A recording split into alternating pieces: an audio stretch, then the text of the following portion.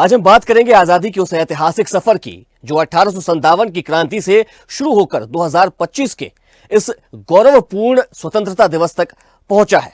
1857 जब मंगल पांडे ने अंग्रेजी शासन के खिलाफ पहली चिंगारी जलाई, वो विद्रोह भले ही असफल रहा लेकिन उसने देश को जगा दिया। उसके बाद दशकों में महात्मा गांधी, भगत सिंह, चंद्रशेखर आजाद, नेताजी सुभाष चंद्र बोस जैसे अनगिनत क्रांतिकारियों ने अपनी जान की बाजी लगाई और 15 अगस्त 1947 को भारत ने स्वतंत्रता की सांस ली। आज 2025 में हम स्वतंत्रता दिवस की 79वीं वर्षगांठ मना रहे हैं। भारत अब दुनिया की शीर्ष अर्थव्यवस्थाओं में से एक है। विज्ञान, तकनीक, रक्षा और खेल में नए कीर्तिमान स्थापित कर रहा है, लेकिन इस आजादी की कीमत शहादत से चुकाई गई है। आज हमें न केवल गर्व करना है बल्कि यह संकल्प भी लेना है कि हम एकजुट रहकर अपने देश को और बेहतर बनाएंगे।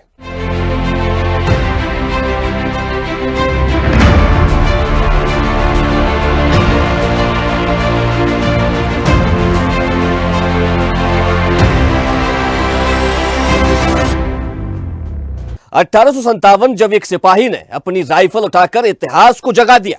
मंगल पांडे, झांसी की रानी लक्ष्मीबाई, बहादुर शाह जफर, ये केवल नाम नहीं, भारत की आत्मा है। ब्रिटिश ईस्ट इंडिया कंपनी के खिलाफ ये पहली बगावत थी, व्यापक, संगठित और प्रेरणादायक। हालांकि यह असफल रही, लेकिन इसने स्वराज का बीज बो दिया और भारत के जनमानस में आजादी शब्द ने पहली बार सांस ली। 1857 की क्रांति भारतीय इतिहास की एक ऐसी महत्वपूर्ण घटना है जिसने देश की स्वतंत्रता की नींव रखी।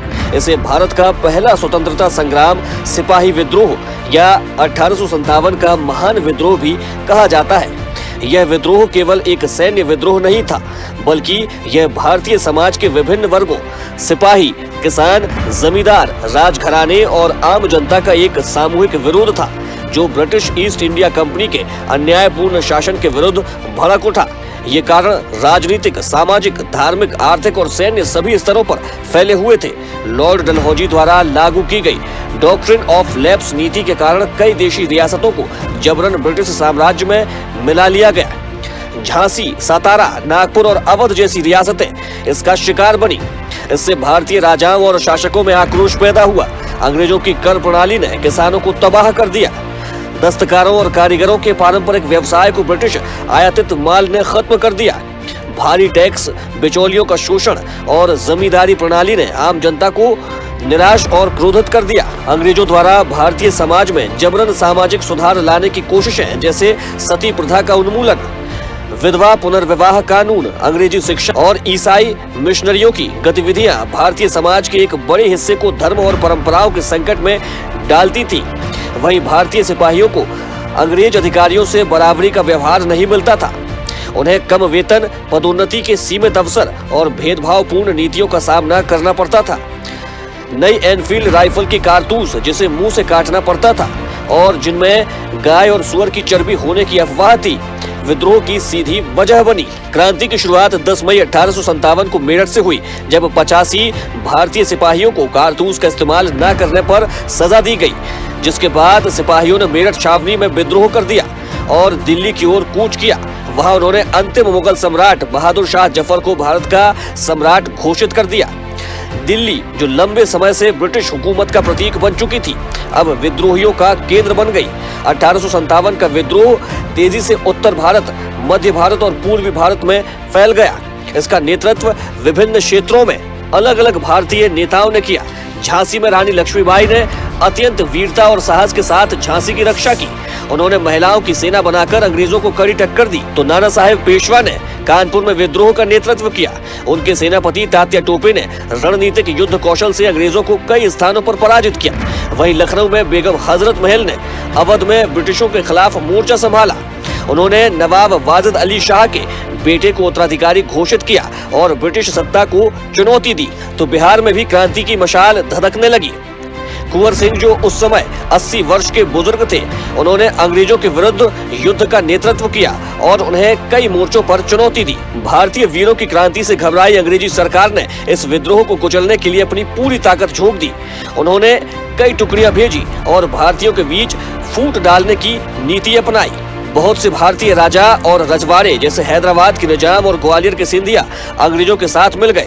इससे विद्रोहियों को सामूहिक समर्थन मिल गया और दिल्ली पर पुनः कब्जा करने के बाद अंग्रेजों ने बहादुर शाह जफर को बंदी बना लिया। उन्हें रंगून निर्वासित कर दिया गया, जहां उन्होंने अपना शेष जीवन बिताया। झांसी, कानपुर, लखनऊ और अन्य क्षेत्रों में क्रांति को बेरहमी से दबा दिया गया। 1857 की क्रांति भले ही वीरता और बलिदान की मिसाल रही, लेकिन यह पूरी तरह से सफल नहीं हो पाई। इसके कुछ प्रमुख कारण थे जिनमें नेतृत्व का अभाव रहा। दरअसल क्रांति का कोई केंद्रीय नेतृत्व नहीं था। क्षेत्रीय नेता अलग अलग दिशाओं में लड़ रहे थे। आधुनिक हथियारों की कमी भी प्रमुख कारण रही। अंग्रेजों के पास बेहतर हथियार, सैन्य प्रशिक्षण और संगठन था, जबकि भारतीयों के पास पारंपरिक युद्ध प्रणाली ही थी। इसी के साथ रजवाड़ों की निष्क्रियता ने भी इस विद्रोह को कमजोर किया। कई रजवाड़ों और प्रभावशाली राजाओं ने अंग्रेजों का साथ दिया, जिससे यह विद्रोह कमजोर पड़ गया। वहीं पूरे भारत में एक समान और संगठित विद्रोह नहीं हुआ। दक्षिण भारत और पंजाब जैसी जगहों पर अपेक्षाकृत शांति रही। हालांकि यह क्रांति भले ही असफल रही, लेकिन इसके प्रभाव दूरगामी और ऐतिहासिक रहे। 1858 में भारत सरकार अधिनियम के तहत ईस्ट इंडिया कंपनी का शासन समाप्त कर दिया गया और भारत का प्रशासन सीधे ब्रिटिश क्राउन महारानी विक्टोरिया के अधीन आ गया।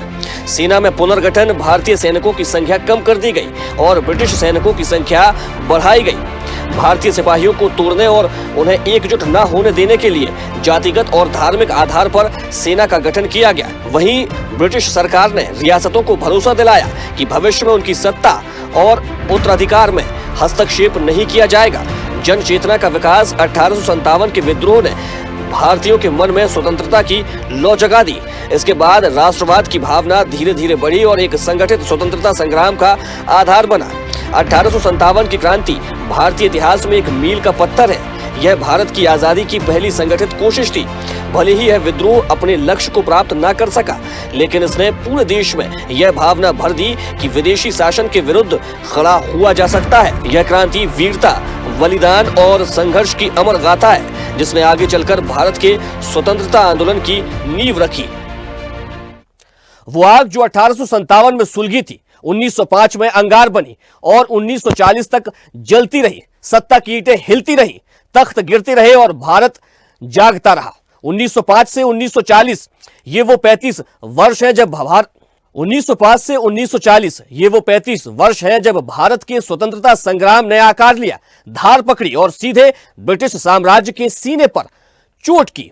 इस कालखंड में देशभक्ति सिर्फ नारा नहीं थी, यह एक जुनून था, एक धधकती चिंगारी थी जो देश के कोने कोने में फैल चुकी थी। यह एक वैचारिक युद्ध था जहां कलम, विचार, बम, सत्याग्रह, जेल और बलिदान सब कुछ था।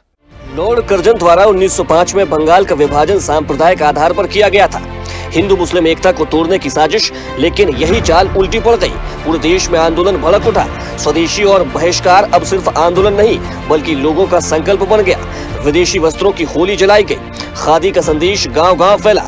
बाल गंगाधर तिलक, विपिन चंद्र पाल, लाला लाजपत राय, लाल बाल पाल की त्रिमूर्ति ने पूरे भारत को जगा दिया। स्वदेशी आंदोलनों ने जनता को पहली बार दिखा दिया कि स्वतंत्रता एक सपना नहीं, एक संगठित संघर्ष से संभव हकीकत है। 1907 में कांग्रेस दो धड़ों में बंट गई। धर्मपंथी गोपाल कृष्ण गोखले जैसे नेता जो संवैधानिक सुधारों में विश्वास रखते थे, गरमपंथी तिलक, विपिन, लाजपत जैसे नेता जो मानते थे कि स्वराज हमारा जन्मसिद्ध अधिकार है। यह विभाजन अस्थायी था, लेकिन इसने स्पष्ट कर दिया कि भारतीय युवाओं का धैर्य अब टूट रहा था। बदलाव की मांग अब क्रांति की ओर मुड़ चुकी थी। 1915 में मोहनदास करमचंद गांधी दक्षिण अफ्रीका से भारत लौटे। वे सत्याग्रह की कला साथ लाए। 1917 में चंपारण आंदोलन, 1918 में खेड़ा अहमदाबाद के संघर्षों ने गांधी को देश की जनभावना से जोड़ा। 1919 में रॉलेट एक्ट लागू हुआ।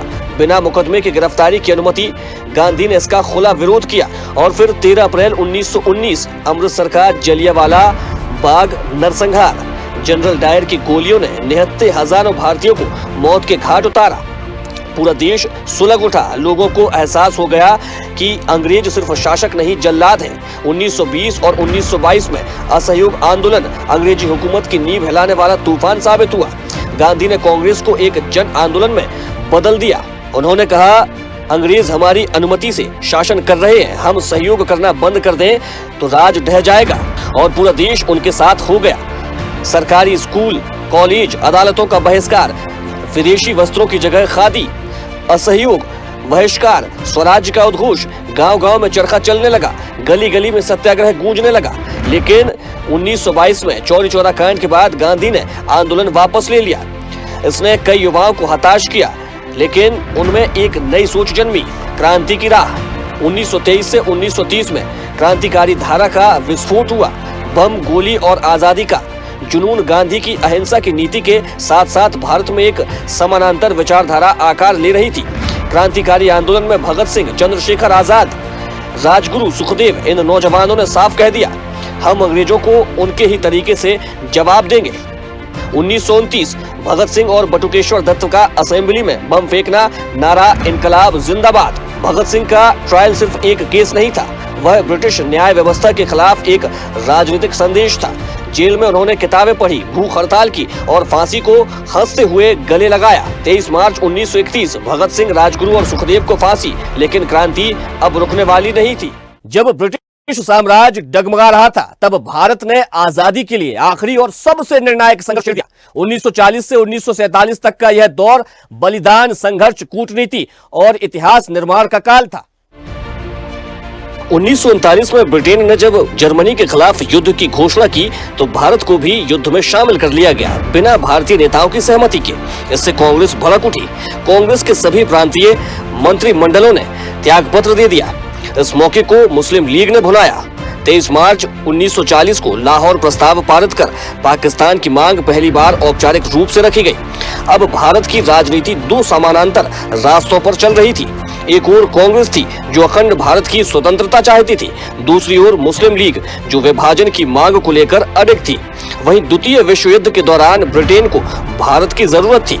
1942 में क्रिस्प मिशन इसी मकसद से भेजा गया, जिसमें युद्ध के बाद भारत को डोमिनियन स्टेटस देने की बात थी, लेकिन इसमें ब्रिटिश गवर्नर की वीटो पावर और विभाजन की संभावना छिपी थी। कांग्रेस ने इस प्रस्ताव को ठुकरा दिया। 8 अगस्त 1942 को बंबई में अखिल भारतीय कांग्रेस समिति ने प्रस्ताव पारित किया, अंग्रेजों भारत छोड़ो। महात्मा गांधी ने नारा दिया, करो या मरो। फिर क्या था, 9 अगस्त को गांधी, नेहरू, पटेल, मौलाना आजाद सहित सभी बड़े नेता गिरफ्तार कर लिए गए, लेकिन जनता सड़कों पर उतर आई। सरकारी भवनों, रेलवे स्टेशनों, टेलीग्राफ लाइनों पर हमले हुए। प्रशासन का नियंत्रण कई जगह जनता के हाथों में चला गया। इस आंदोलन को क्रूर दमन का सामना करना पड़ा। 1942-44 के बीच यह आंदोलन भूमिगत हो गया, लेकिन ब्रिटिश हुकूमत की नींव हिल चुकी थी। वहीं नेताजी सुभाष चंद्र बोस और आजाद हिंद फौज इस बीच स्वतंत्रता संग्राम का एक दूसरा मोर्चा भी खोल चुकी थी। विदेशों में नेताजी सुभाष चंद्र बोस, जो 1940 में ब्रिटिश हाउस अरेस्ट से भागे थे, जर्मनी और फिर जापान पहुंचे। वहां उन्होंने भारत के बंदी सैनिकों को संगठित किया और आजाद हिंद फौज बनाई। नेताजी ने नारा दिया, तुम मुझे खून दो, मैं तुम्हें आजादी दूंगा। उन्होंने अंडमान निकोबार द्वीपों को स्वतंत्र घोषित किया और भारत में मणिपुर व कोहिमा तक सैन्य अभियान चलाया। हालांकि 1945 में जापान की हार के साथ आजाद हिंद फौज का अभियान भी समाप्त हो गया। वहीं 1945-46 में 3 सैनिकों, शहनवाज खान, प्रेम सहगल और गुरबख्श ढिल्लों पर मुकदमा चलाया गया। इस मुकदमे ने देश भर में उबाल ला दिया। हिंदू, मुस्लिम, सिख सभी INA सैनिकों के समर्थन में सड़कों पर आ गए। यह एकता और बलिदान का प्रतीक बन गया। 18 फरवरी 1940 बॉम्बे में रॉयल इंडियन नेवी के 20,000 नौसैनिकों ने बगावत कर दी। उन्होंने ब्रिटिश झंडा उतार दिया और इनकलाब जिंदाबाद, जय हिंद के नारे लगाए। ये विद्रोह सिर्फ बंबई तक सीमित नहीं रहा, कलकत्ता, मद्रास, कराची तक इसका असर दिखा। हालांकि नेताओं ने इसे रोकने की अपील की, लेकिन यह स्पष्ट संकेत था कि अब भारत पर शासन करना ब्रिटिशों के लिए असंभव हो गया है। 1940 में ब्रिटेन ने भारतीय समस्या के समाधान के लिए कैबिनेट मिशन भेजा। इसने एक संघीय ढांचे के अंतर्गत भारत को स्वतंत्रता देने का प्रस्ताव दिया। कांग्रेस और मुस्लिम लीग ने इसे अलग अलग तरीके से स्वीकार किया। मुस्लिम लीग पाकिस्तान की मांग पर अड़ी रही। 16 अगस्त 1940 जिन्ना ने डायरेक्ट एक्शन डे घोषित किया, जो कलकत्ता में भीषण दंगे के रूप में सामने आया। हजारों लोग मारे गए। भारत अब सांप्रदायिक उन्माद की आग में झुलस रहा था। वहीं ब्रिटेन अब थक चुका था। युद्ध, आंदोलन, असंतोष और प्रशासनिक अस्थिरता ने उसकी रीढ़ तोड़ दी थी। लॉर्ड माउंटबेटन भारत के अंतिम वायसराय बनकर आए और एक अंतिम योजना लेकर आए। भारत को 15 अगस्त 1947 को स्वतंत्र कर दिया जाएगा। भारत और पाकिस्तान दो स्वतंत्र राष्ट्र बनेंगे। 3 जून 1947 को यह योजना घोषित हुई, जिसे कांग्रेस और मुस्लिम लीग दोनों ने स्वीकार कर लिया। 15 अगस्त 1947 भारत को स्वतंत्रता मिली, लेकिन यह आजादी खून से सनी हुई थी। भारत और पाकिस्तान का विभाजन हुआ। पंजाब और बंगाल में भयंकर सांप्रदायिक दंगे हुए। करीब 10-15 लाख लोग मारे गए और 1.5 करोड़ से ज्यादा विस्थापित हुए। महिलाएं, बच्चे, बुजुर्ग, कोई नहीं बचा उस विभाजन के जख्मों से। गांधी जो देश को जोड़ने निकले थे, दंगों को देखकर टूट चुके थे। उन्होंने कहा, ये आजादी नहीं, ये मातम है। 1930 से 1934 में सविनय अवज्ञा आंदोलन, नमक से शुरू हुई जन क्रांति। 2 मार्च 1930 गांधी ने ब्रिटिश वायसराय को पत्र लिखा, 11 मांगें रखी। उत्तर में अंग्रेजों का घमंड मिला। 12 मार्च 1930 गांधी ने ऐतिहासिक दांडी यात्रा शुरू की। 240 मील पैदल चलकर नमक कानून तोड़ा। नमक एक आम चीज अब आजादी का प्रतीक बन गया। देश भर में विदेशी वस्त्रों का बहिष्कार हुआ। अदालतों और करों का बहिष्कार किया गया। जेल भरने का आंदोलन शुरू हुआ। इस आंदोलन में महिलाओं, किसानों, छात्रों और मजदूरों की भागीदारी अद्वितीय थी। गांधी को 1931 में गोलमेज सम्मेलन में बुलाया गया, लेकिन कोई ठोस समाधान नहीं निकला। वही राष्ट्रवादी लेखन ने आजादी की मशाल को और भड़का दिया। बाल गंगाधर तिलक का केसरी, गणेश शंकर विद्यार्थी का प्रताप और भगत सिंह की पत्रिकाएं ये हथियार से कम न थे। कांग्रेस में एक और तेज धारा उभर रही थी, सुभाष बाबू की आक्रामक राष्ट्रवाद।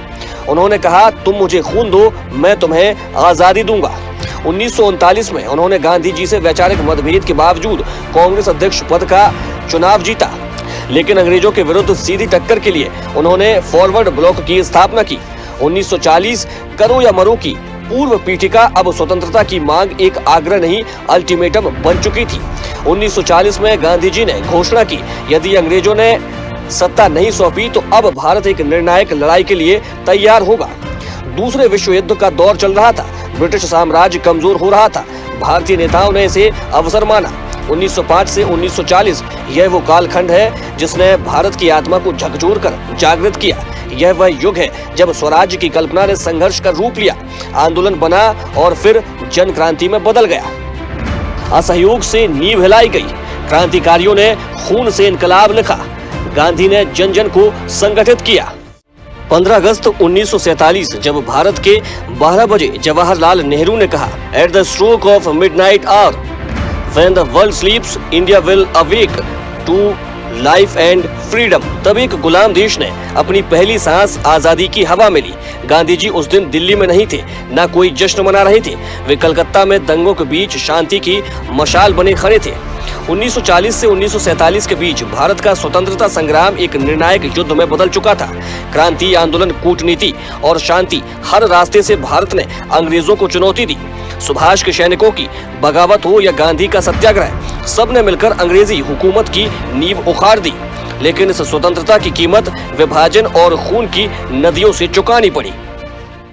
15 अगस्त 1947 की आजादी रात को जब भारत आजाद हुआ, तब देश के सामने एक सवाल था, क्या यह देश केवल भूगोल का टुकड़ा रहेगा या आत्मा से संपन्न एक महान राष्ट्र बनेगा?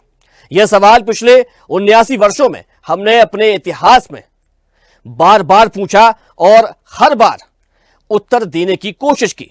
लेकिन भारत ने आजादी के बाद अपने हर दशक में एक नई दिशा, एक नया संघर्ष और एक नई सफलता देखी। 1947 से लेकर 2025 तक, और साथ ही एक नजर डालते हैं आने वाले कल की ओर। आजादी का दिन खुशी का दिन था, लेकिन साथ ही विभाजन की पीड़ा से भरा हुआ भी था।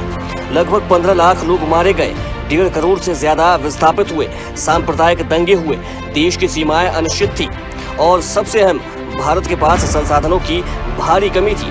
पंडित नेहरू ने प्रधानमंत्री बनते ही कहा था, हम अब स्वतंत्र हैं, लेकिन हमारी सबसे बड़ी परीक्षा अभी बाकी है। भारत ने 1950 में संविधान लागू किया। एक लोकतांत्रिक गणराज्य के रूप में यह दुनिया का सबसे बड़ा लिखित संविधान था, जिसमें हर नागरिक को समानता, स्वतंत्रता और न्याय की गारंटी दी गई। पंचवर्षीय योजनाएं शुरू की गई। भारी उद्योगों, बांधों, इस्पात कारखानों और एम्स, IIT जैसे संस्थानों की नींव रखी गई। हरित क्रांति 1965 के बाद और श्वेत क्रांति दुग्ध उत्पादन से देश खाद्य आत्मनिर्भर बना। भारत ने दुनिया को दिखा दिया कि एक गरीब देश भी लोकतंत्र और विकास के रास्ते पर चल सकता है। 1971 में जब पाकिस्तान ने बांग्लादेश, तब का पूर्वी पाकिस्तान में दमन शुरू किया, भारत ने शरणार्थियों को शरण दी और सैन्य हस्तक्षेप कर 13 दिन में युद्ध जीत लिया, जिसके बाद बांग्लादेश का निर्माण हुआ। भारत एक क्षेत्रीय महाशक्ति के रूप में उभरा। प्रधानमंत्री इंदिरा गांधी ने कहा, आज हमने इतिहास लिखा है। 1984 ऑपरेशन ब्लू स्टार और इंदिरा गांधी की हत्या। 1991 का आर्थिक सुधार। प्रधानमंत्री PV नरसिम्हा राव और वित्त मंत्री डॉक्टर मनमोहन सिंह ने भारत में उदारीकरण शुरू किया। विदेशी निवेश, निजीकरण, बाजार आधारित अर्थव्यवस्था के रास्ते खुले। भारत अब बंद अर्थव्यवस्था से उभरती हुई अर्थव्यवस्था बन रहा था। 2000 से 2014 डिजिटल क्रांति और वैश्विक पहचान। IT और टेलीकॉम बूम। भारत ने इन्फोसिस, TCS, विप्रो जैसी कंपनियों के जरिए दुनिया को अपनी प्रतिभा दिखाई। 2000 से 2010 के बीच भारत का GDP विकास दर 8% तक पहुंचा। मोबाइल, इंटरनेट और शिक्षा ने गांव-गांव को जोड़ा। वैश्विक मंच पर भारत। चंद्रयान 1 2008। भारत अमेरिका परमाणु समझौता 2008। भारत का ब्रिक्स जैसे समूहों में प्रवेश। 2014 से 2025 आत्मनिर्भरता, तकनीक और नेतृत्व। 2014 में केंद्र में नई सरकार के साथ भारत में नई नीतियों का दौर शुरू हुआ। केंद्र सरकार ने कई योजनाएं शुरू की। स्वच्छ भारत अभियान, make in India, digital India, Jan Dhan योजना। 2014 के बाद से जहां भारत खुद को आर्थिक रूप से सशक्त बना रहा था, तो भारत ने अपनी सैन्य ताकत में भी भारी इजाफा कर लिया था। 2016 में सर्जिकल स्ट्राइक और 2019 में बालाकोट एयर स्ट्राइक ने स्पष्ट किया कि भारत अब आत्मरक्षा में पीछे नहीं हटेगा। कोविड-19 वैक्सीनेशन में भारत ने 200 करोड़ से ज्यादा टीके लगाए और दुनिया को वैक्सीन भेजी। Chandrayaan 2, Gaganyaan mission, artificial intelligence में निवेश, 5G, डिजिटल भुगतान जैसे क्षेत्रों में भारत ने उल्लेखनीय प्रगति की। दुनिया की चौथी सबसे बड़ी अर्थव्यवस्था बना। 60% से ज्यादा जनसंख्या युवा। दुनिया का सबसे बड़ा लोकतंत्र। अंतरिक्ष, रक्षा, तकनीक में आत्मनिर्भरता। स्टार्टअप्स में विश्व में तीसरा स्थान। 100 करोड़ से ज्यादा इंटरनेट उपयोगकर्ता। भारत ने 2022 में आजादी का अमृत महोत्सव मनाया और यह महोत्सव लगातार जारी है। अब देश विकसित भारत 2047 की ओर लगातार आगे बढ़ रहा है। भारत ने विभाजन की राख से उठकर एक लोकतांत्रिक, समावेशी, तकनीकी और तेजी से बढ़ती हुई अर्थव्यवस्था का निर्माण किया। जहां 1947 में हमारे पास ना तो पूंजी थी, ना ही तकनीक, आज 2025 में हमारे पास विश्वास है, विज्ञान है और विजन भी है। अब भारत का लक्ष्य सिर्फ विकास नहीं, समान, समृद्ध और टिकाऊ भारत बनाना है। भारत सिर्फ एक देश नहीं, यह एक विचार है जो हर बाधा को पार कर रहा है, हर असंभव को संभव बना सकता है, जो भरा नहीं है भावों से, बहती जिसमें रसधार नहीं, वह हृदय नहीं है, पत्थर है जिसमें स्वदेश का प्यार नहीं। धन्यवाद। देखते रहिए स्वदेश न्यूज, सबसे पहले देश। देखते रहिए स्वदेश न्यूज। अगर आप इस वीडियो को सोशल मीडिया हैंडल फेसबुक या इंस्टाग्राम पर देख रहे हैं तो हमें फॉलो करें। अगर यूट्यूब पर देख रहे हैं तो सब्सक्राइब करें और बेल आइकन दबाना ना भूलें।